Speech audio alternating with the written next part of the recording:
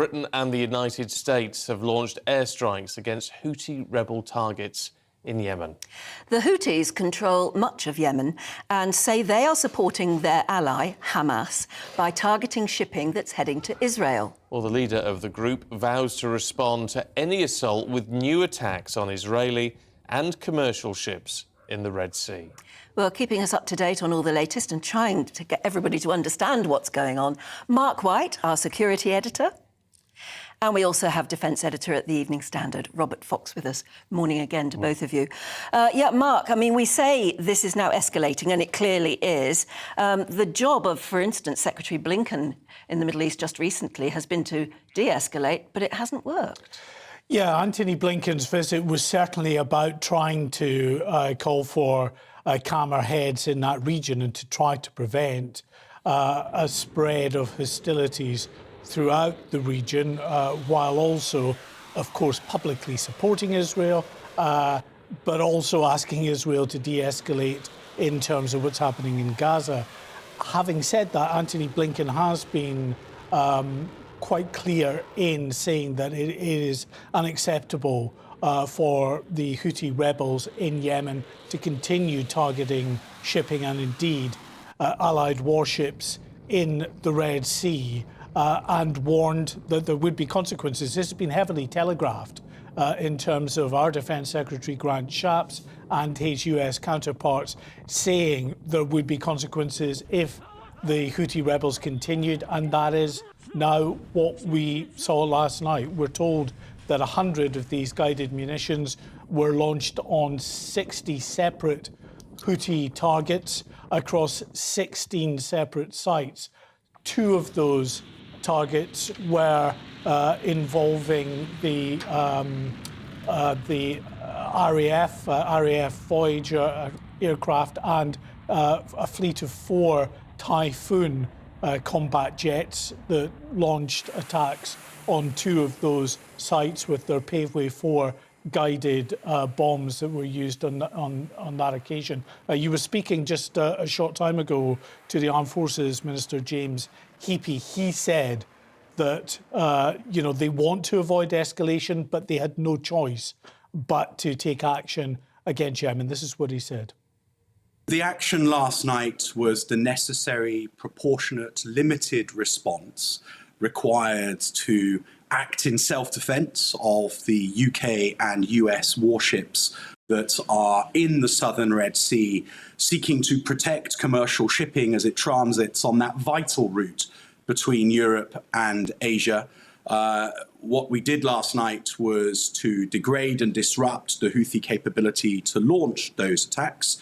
It shouldn't be seen as the start of anything more, notwithstanding that the warning remains in place to the Houthis that they should not seek to disrupt international shipping nor attack UK warships. Some breaking news to bring to you as well about the world situation and the increasing tensions. Of course, we've just been told that Prime Minister Rishi Sunak is on a visit to Kiev to offer more support and aid to President Zelensky and the government in Ukraine as it fights Russia. There are an extra £2.5 billion in aid that will come from the UK to the Ukrainian government. I think what this shows is just, the very, very difficult state of world tensions at the moment, where you have the situation in the Middle East at the same time as a very bloody war within Europe, which, OK, we're not involved militarily in terms of any troops, but we are sending very significant military aid supplies to Ukraine. And that has the net consequence, of course, of draining our own stocks of munitions which are now required, it seems, in several areas. in what's happening in Yemen. Yeah. I mean, it raises a very valid point, actually, Robert. It PMs in Ukraine saying, well, here's another tranche of money to help you out, in effect. We can't afford for this situation with the Houthi rebels in Yemen to actually escalate into anything else, can we? We can't let it go on. That's the point. I think Mr. Heapy, plausible as ever, but got away with being economical with the truth about the state of the armed forces. There are more people leaving than are being recruited. Mark and I were just discussing, that we've got between a quarter and a third of the total available surface fleet and the support available now committed to the Eastern Mediterranean and the Red Sea, and they've got to be rotated.